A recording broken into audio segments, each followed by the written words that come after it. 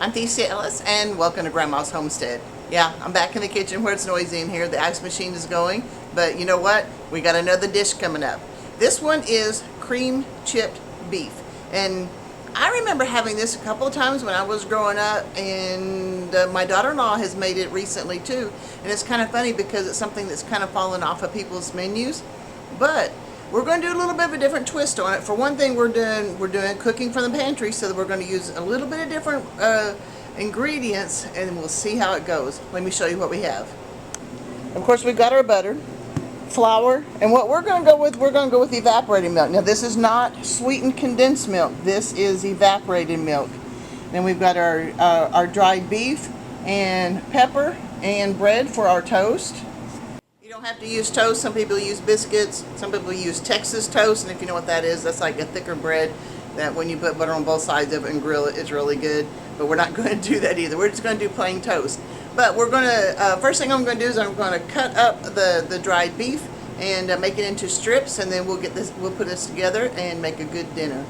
Alright, it's calling for 4 tablespoons of butter. I like to chunk it up like this so that we're not waiting forever and ever for the butter to melt. So we'll get this butter melted, and then we're going to add our flour. Alright, the butter's melted enough. Now we're going to add 1/3 of a cup of flour. And we're going to stir this. A whisk works best for this, but this is what I'm using for right now.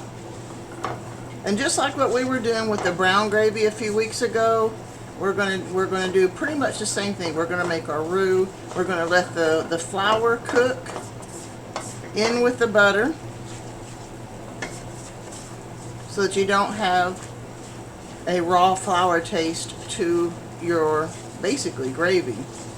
Now we're going to add, this is the evaporated milk. It says on the evaporated milk to cut it 1:1. This is mostly just evaporated milk, so if you want to do 1:1, basically for every cup of evaporated milk, you use a cup of water to reconstitute it, because that's basically what it is. It's milk that has been evaporated enough to make it half of its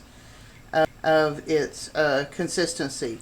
But this is going to be nice and rich because I have extra evaporated milk and just a little bit of water. We're going to cook this. If you noticed, we do not have salt on this ingredient in this recipe, and the reason we do not is because there's plenty of salt in the dried beef. Heat has now been turned up from about a medium low to we're doing a pretty good medium here. We want to bring this to boil and make this into a cream gravy. And then we'll add the pepper and we'll add the beef here in just a moment, and then basically that's going to be done. Alright, you can see the edges are starting to bubble. It's already thickening just nicely. And you can see the little bits of, or the little pools of butter that's in it. But if you notice, I did not add extra flour. That's one of the major mistakes that people make when they're making gravy, is they don't get their flour, butter, and liquid ratio good. And if it's too runny, they end up adding more flour, and that just makes lumps.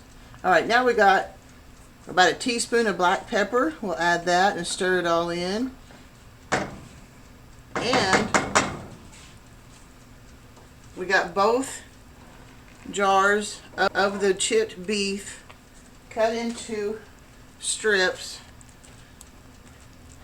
and we'll just stir all this together. I'm going to turn the heat down to low now because we pretty much already have what we want in here. We don't want it overcooking, we don't want it burned. We're just going to mix all this together, and look at how that meat is just kind of incorporating in with the gravy and the pepper. That's looking pretty nice. And the texture, if you look, it's not just dripping real fast. It's actually looking pretty good. This is going to make a good dinner. All right, I've got my my bread toasted up already. Let's serve up a little bit of this. Put it on all of that. I don't know why that did that again. We'll give this a taste. All right, guys, that's all I've got for you this time. I want to remind you about the Self-Reliance Festival that's coming up October 4th and 5th of this year. It's coming up pretty quick if you think about it.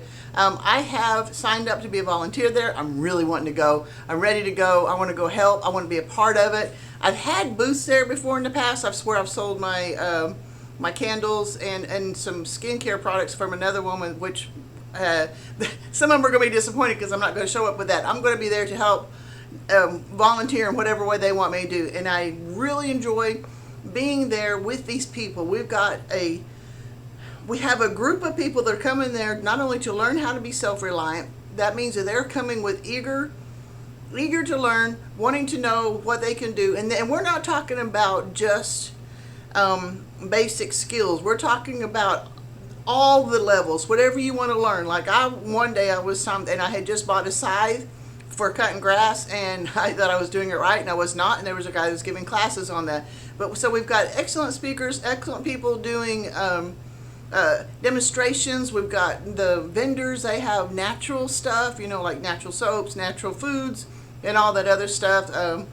Go to the Self-Reliance Festival, use my link below, and check out the speakers, because there's one guy, I can't remember what, I can't even, it's Russian, but he does excellent self-defense training for women, and men too if you want to, but basically he does a lot of good stuff for self-defense. I don't know, there's so much, and I'm really looking forward to being a part of it, and I'm looking forward to being a volunteer, and because I can go and look at the different places and who's there, because you know the vendors and the speakers, some of them are the same every time, but not most of them. There's going to be somebody new every time, and amazing people to give you amazing information, and I think it's exciting. So use my link below, sign up, come see me, come and tell me that you watch some of my videos, and we can chat and have a good time together. All right, guys, that's all I got for you. God bless. I'll see you next time.